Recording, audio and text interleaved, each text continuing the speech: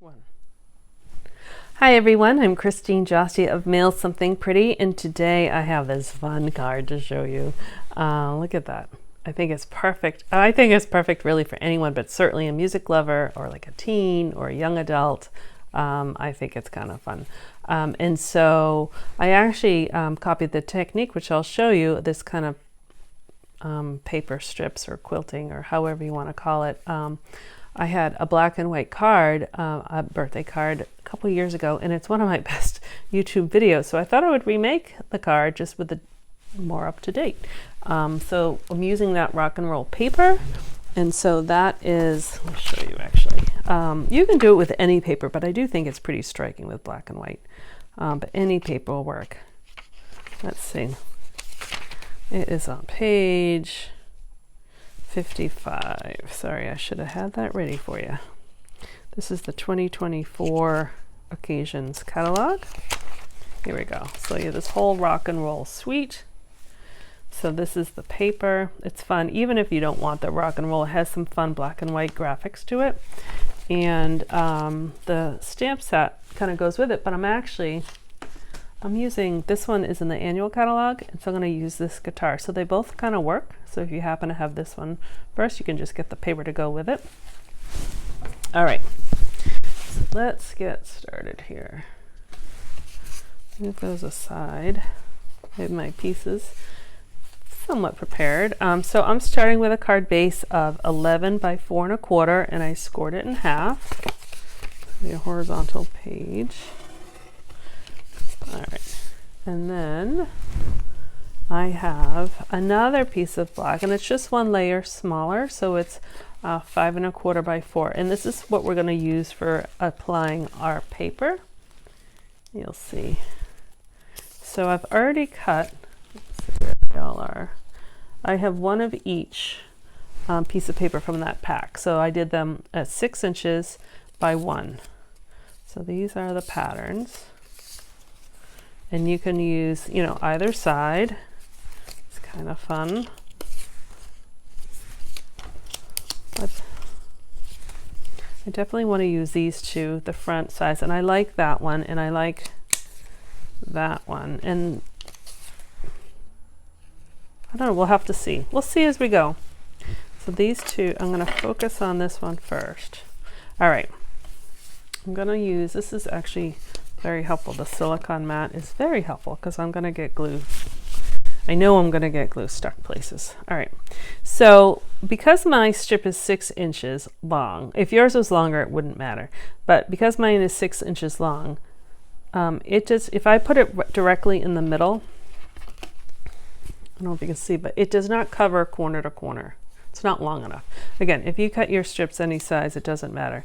So I am just going to shift mine over. So this wasn't quite enough because I covered that corner, but I didn't cover that corner. So you can say shift it like that. So I'm going to start with a diagonal piece like that. And I'm going to use glue. And this is where, because I'm putting it on the edges, this is where the mat comes in handy, because I know some of it is going to get on the other side. All right, so I'm actually making this one. I'll show you close up. So it's covering that little corner, and I actually have that corner to go with that edge. So that's kind of my starting point. And then if I want to take another one, and I'm going to leave, you know, like a 1/4 inch border, so you can kind of see that there's these 1/4 inch borders around. So just putting it on there, oops, you know, that's not enough, but if I scoot it down, then it covers that corner. So let me do that, and I'll show you again while it's stuck.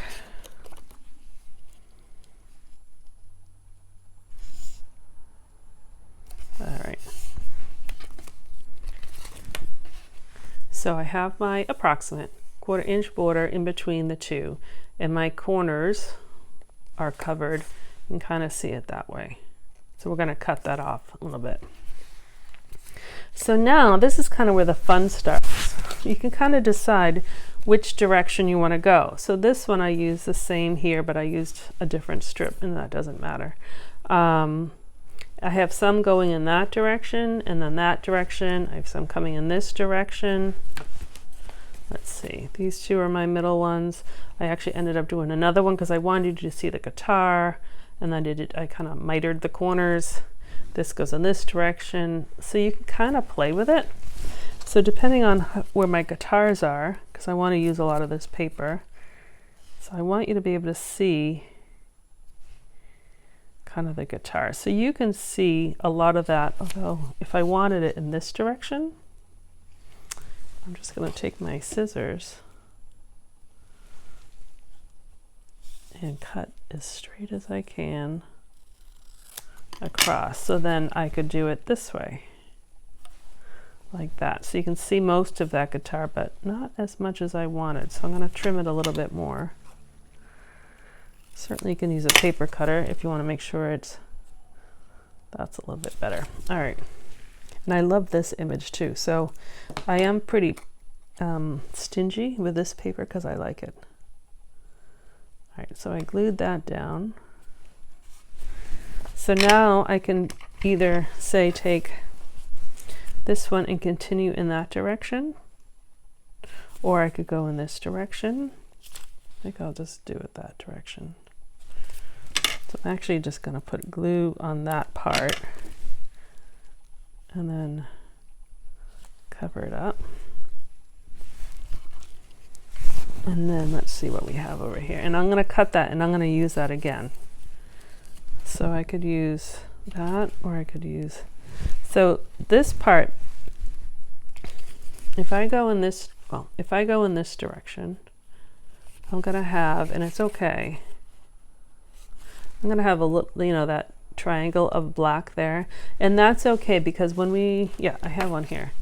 When we put it on top of the card base, we're going to instantly create a 1/4 inch border around.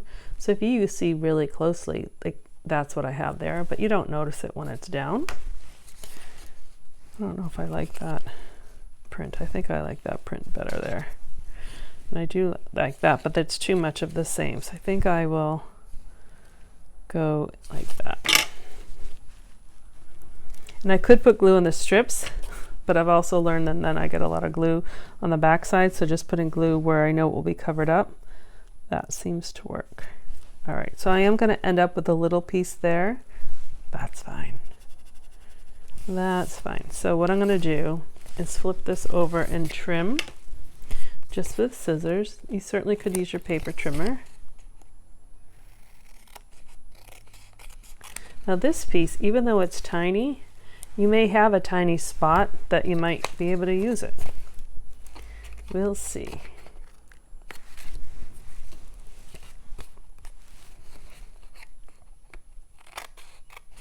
And I find it easier to trim it while you're looking at the back side because there's no other patterns or interruptions. You can really see what you're doing.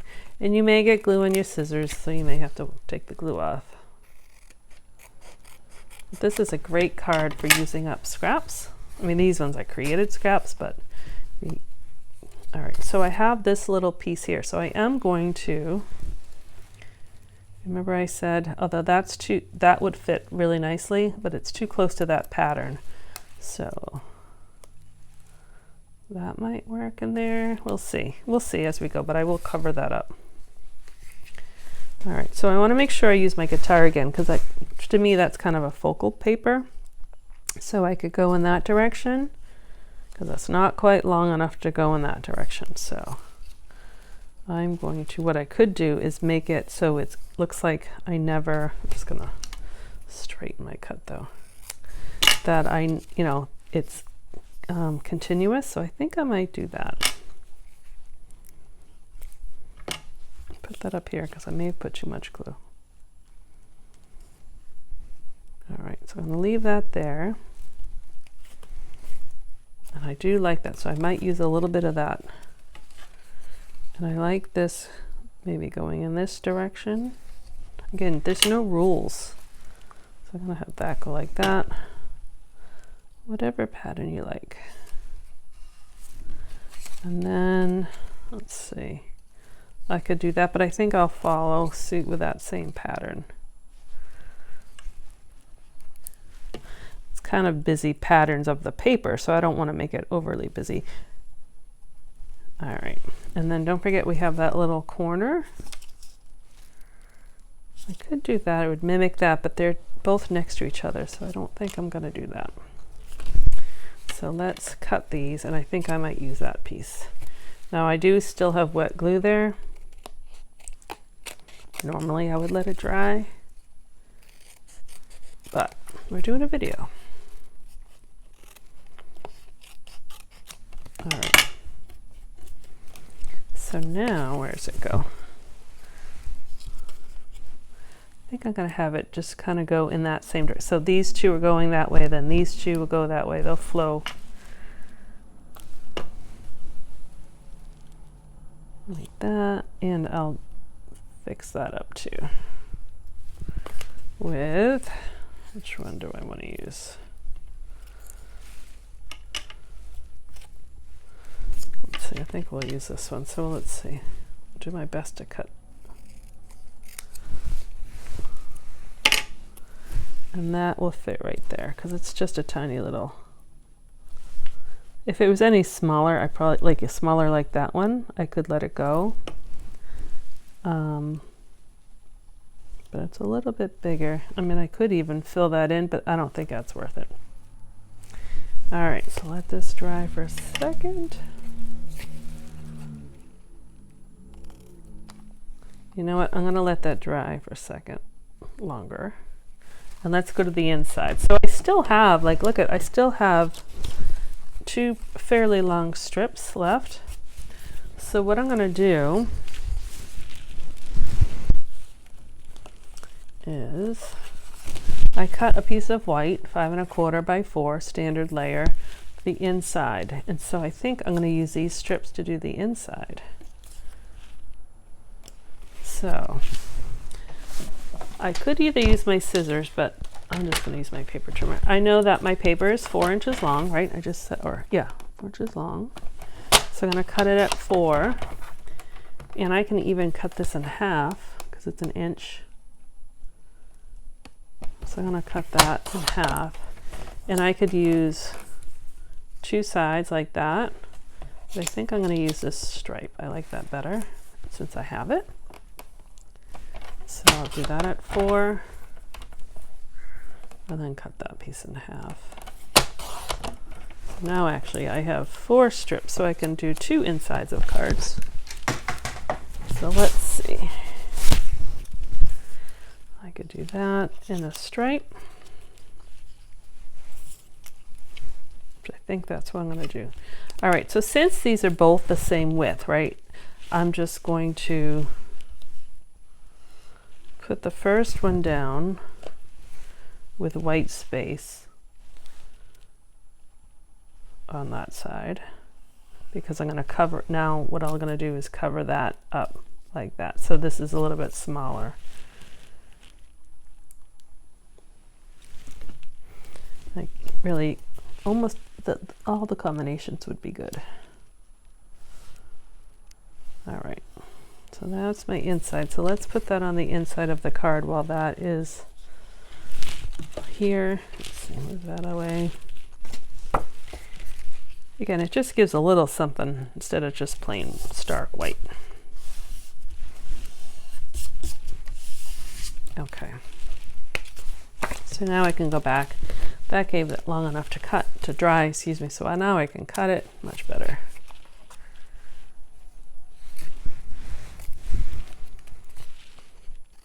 I feel bad that I still have that much of the guitar paper left over, but I did use it. Oh, and look, I made them in opposite directions, but that's all right. That's okay. All right, so now looks much cleaner. It's great. So you can, again, you can do this with any papers. So now I'm just going to put this on here. And so once you put it on here, you get that top and bottom or side border, and it really finishes it off. So I like doing the base the same color as the card base because it kind of tricks your mind. but you have that kind of that, all the layers are all the same color. All right, so now we have, so these are the dies I use to cut out, I cut out 2 shapes. So these are the nesting essential dies. So I think I use the 2 middle ones. Yeah, I use the 2 middle sizes, but they're kind of fun. And this is actually from a different set, but I used that for the happy, but I just left it there so I would know where it was. All right, so that's gonna go like that. I played with different colors. I actually asked my son what colors. I showed him this because I was thinking like Tahitian Tide, and he goes, no, it needs a red. So I did the red, and I like this is Cherry Cobbler. I like that better than the real red. So I played with different combinations, and I was going to do a blue, and I really like this wild wheat with it. All right, so this part I've prepped as well. So some of the letters fell out, but I don't need those letters. I used Cherry Cobbler, and I cut 3 by 5.5, and I put adhesive sheet on it first, and then I used my mini alphabet dies and ran it through my machine. So that's how I got it. Let me show you in the catalog, because these things get lost, I think. They're one of the, again, they're a great thing, and I hope they carry them over. Let me just see what page they're on. Page 47. And so many people miss them. All right, so you're looking at that, you're looking at all that stuff, and look, here they are. The mini alphabet dies are in this mini corner, but that's where they are, and they're awesome. So it's all these letters, I'm sorry I didn't bring it up. All these letters are 1 die, so that's why I've just measured it and put it on the sheet and ran it through so you get all these letters. So we want the letters for birthday. And by putting the adhesive sheets on them, they're easy to stick instead of kind of fumbling and putting glue on them.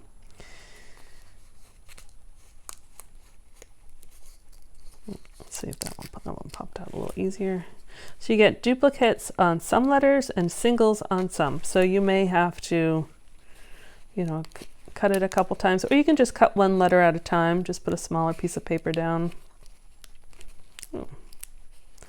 Mine are, okay, I'm going to use that H. It's not popping out, and that's okay, but I don't want the sticky part to, and here's the Y. Okay.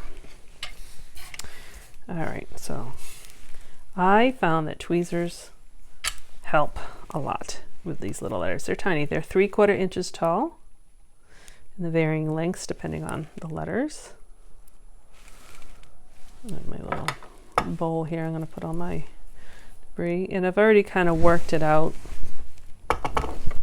kind of the spacing, but you can, if you don't want them like up and down, you can make them fun. You can make them in all sorts of directions, and some people at club did that. They were fun. So what am I doing? Not spelling right. So you can lay them out to see how you like it at first.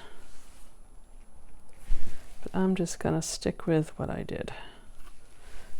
Sometimes on camera it's easy just to copy, and because then I change my mind and then I have to think about it. And all right, I love the script or the font of this. It's just kind of fun. So the adhesive peels off pretty easily. And I'm not pushing them down all the way. Like you can see this teeth still kind of up, because if I need to move them, I can. Oh, I need to spell correctly. Here's that H.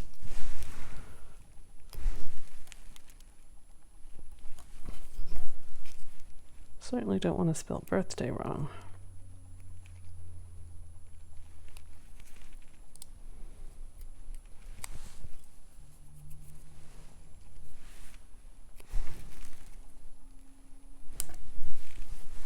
Now I can use that A.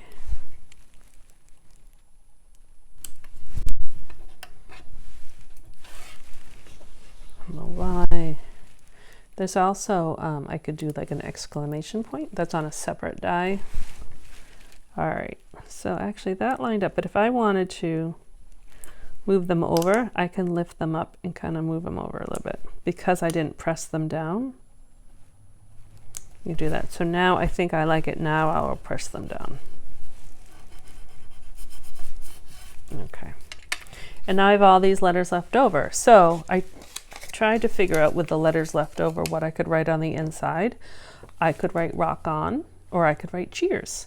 And there might be something else I can write, but those are the two that kind of went with this theme of the card of what I can write, the leftover letters. All right, so now we'll just put this together.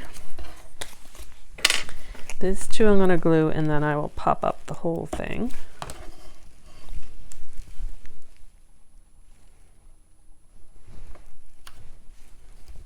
All right. Oh. Hold on, I forgot something. Let me stick it in and then I'll show you how I did it. I forgot to put the happy. So since my glue isn't quite dry, I can tuck it in there. Okay, whew. But let me show you how I did the happy because it's on a happy birthday stamp. And that stamp set is from Artistically Inked, and you could use a lot of them, but I liked it because there was enough space to do what I'm going to do. So I'll show you. I'm using cherry cobbler to match my paper. All right, and so there's some different stamps are, you know, smushed together. They have words underneath or whatever, but this one worked out pretty good. So I'm just going to take my ink pad and I'm just going to ink happy. So I'm just going to look at it and just ink happy, and then press happy down, and then I used that other die, and that was from Stylish Shapes, that little, this whatever shape this is, that's from the Stylish Shapes. Okay, I'll cut that one out for another card. So now we have that, we have our card. So now I'm going to use dimensionals, which I seem to have lost. Maybe did I put them away?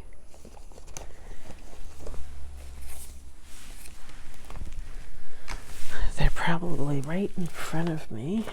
Well, we're gonna, oh, I have black ones. We'll just use black ones. No one's gonna see them.